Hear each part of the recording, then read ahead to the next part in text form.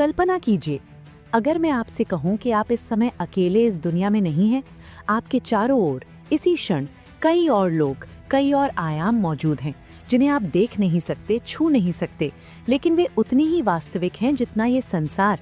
तो क्या आप विश्वास करेंगे? यही वो रहस्य है जिसे सनातन धर्म हजारों वर्षों से बताता आया है। लोकों का ज्ञान, यानी ऐसे समानांतर संसार जो हमारी इंद्रियों की सीमा से परे हैं। और इस वीडियो में हम उसी गहराई में उतरने वाले हैं जहां वैदिक विचार हमें बताते हैं कि ये ब्रह्मांड केवल एक भौतिक दुनिया नहीं, बल्कि अनेक स्तरों में बंटा हुआ एक विशाल चेतन तंत्र है।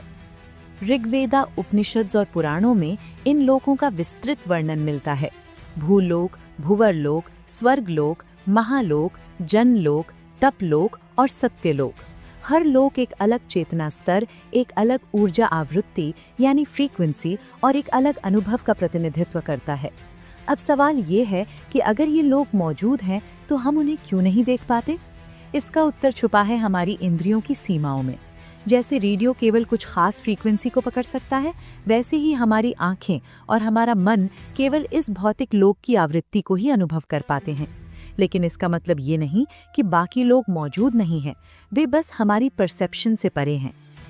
अब इसे समझने के लिए एक कहानी सुनिए।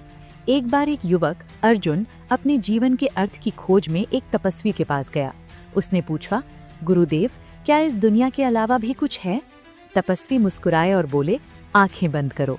अर्जुन ने आंखें बंद की। कुछ क्षणों बाद उसने एक अलग ही दुनिया महसूस की, जहां शांति थी, प्रकाश था और एक गहरी ऊर्जा थी। जब उसने आंखें खोली तो उसने पूछा, ये क्या था? तपस्वी बोले, वो एक और लोक था जिसे तुमने अपनी चेतना के माध्यम से अनुभव किया। यही है वैदिक ज्ञान का मूल। लोक केवल स्थान नहीं है, बल्कि चेतना के स्तर हैं। अब अगर हम इसे आधुनिक विज्ञान से जोड़ें तो हमें कुछ अद्भुत समानताएं दिखाई देती हैं। आज के वैज्ञानिक पैरेलल यूनिवर्सेस और मल्टीवर्स थ्योरी की बात करते हैं, जहां कई ब्रह्मांड एक साथ मौजूद हो सकते हैं। कुछ सिद्धांत ये भी कहते हैं कि ये ब्रह्मांड अलग अलग आयामों में होते हैं, जिन्हें हम सीधे नहीं देख सकते। क्या ये वही बात नहीं है जो वैदिक ऋषियों ने लोकों के रूप में हजारों साल पहले कही थी? अब इन लोकों को थोड़ा और विस्तार से समझते हैं। भूलोक, ये हमारा भौतिक संसार है जहां हम रहते हैं। भुवरलोक, ये ऊर्जा और प्राण का क्षेत्र है जहां सूक्ष्म शक्तियां निवास करती हैं। स्वर्गलोक, जहां देवताओं का वास माना जाता है, एक उच्च ऊर्जा और आनंद का स्तर। महा, जन, तप और सत्यलोक, ये और भी उच्च चेतना के स्तर हैं जहां आत्मा अपनी शुद्ध अवस्था के करीब पहुंचती है। लेकिन यहाँ सबसे महत्वपूर्ण बात यह है कि ये लोक केवल मरने के बाद जाने की जगह नहीं है, बल्कि ये चेतना की अवस्थाएं हैं जिन्हें हम अपने जीवन में भी अनुभव कर सकते हैं। जब आप ध्यान में जाते हैं, जब आप गहरे प्रेम या शांति का अनुभव करते हैं, तो आप अस्थायी रूप से एक उच्च लोक की ऊर्जा को छूते हैं। और जब आप भय, क्रोध या लोभ में फंसते हैं तो आप एक निम्न ऊर्जा स्तर में चले जाते हैं। यानी लोक बाहर भी है और अंदर भी। अब सोचिए, क्या आपने कभी ऐसा महसूस किया है कि आप किसी जगह पर जाते हैं और वहाँ की ऊर्जा अलग होती है? कभी बहुत शांति मिलती है, कभी अजीब सा डर लगता है। ये भी उसी लोक ऊर्जा का प्रभाव हो सकता है। यही कारण है कि कुछ स्थान पवित्र माने जाते हैं, क्योंकि वहाँ की ऊर्जा उच्च लोकों से जुड़ी होती है। अब इस पूरी ज्ञान का गहरा अर्थ क्या है? ये कि हम केवल शरीर नहीं हैं, हम चेतना है, और हमारी चेतना ही तय करती है कि हम किस लोक का अनुभव करेंगे। अगर आप अपनी चेतना को ऊंचा उठाते हैं, ध्यान, साधना और सकारात्मक जीवन के माध्यम से, तो आप उच्च लोकों के करीब पहुंचते हैं। और अगर आप नकारात्मकता में फंसते हैं तो आप निम्न ऊर्जा स्तर में चले जाते हैं। यही कारण है कि सनातन धर्म में आत्म विकास पर इतना जोर दिया गया है, क्योंकि ये केवल आपके जीवन को नहीं, बल्कि आपके पूरे अस्तित्व को बदल देता है। अब अंत की ओर बढ़ते हुए इस पूरे विषय का सबसे गहरा निष्कर्ष समझते हैं। कल्पना कीजिए कि ये ब्रह्मांड एक विशाल रेडियो स्टेशन है और आप एक रिसीवर हैं। हर लोक एक अलग चैनल है, एक अलग फ्रीक्वेंसी।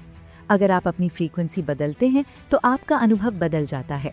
यही कारण है कि दो लोग एक ही दुनिया में रहकर भी पूरी तरह अलग अनुभव करते हैं।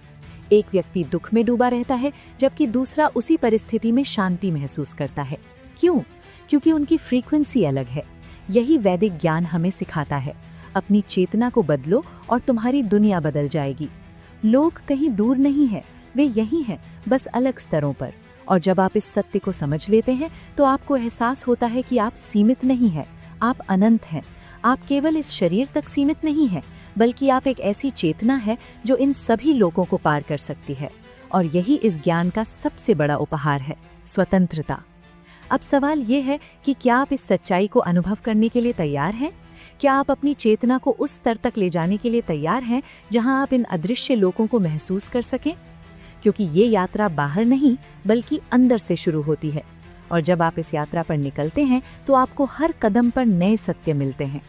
तो अगर आप भी इस गहरे और रहस्यमय ज्ञान को और जानना चाहते हैं तो अभी इस चैनल को सब्सक्राइब करें, वीडियो को लाइक करें और कमेंट में लिखें, मैं अपनी चेतना को जागृत कर रहा हूं। क्योंकि जब आप ये स्वीकार करते हैं तभी आपकी असली यात्रा शुरू होती है।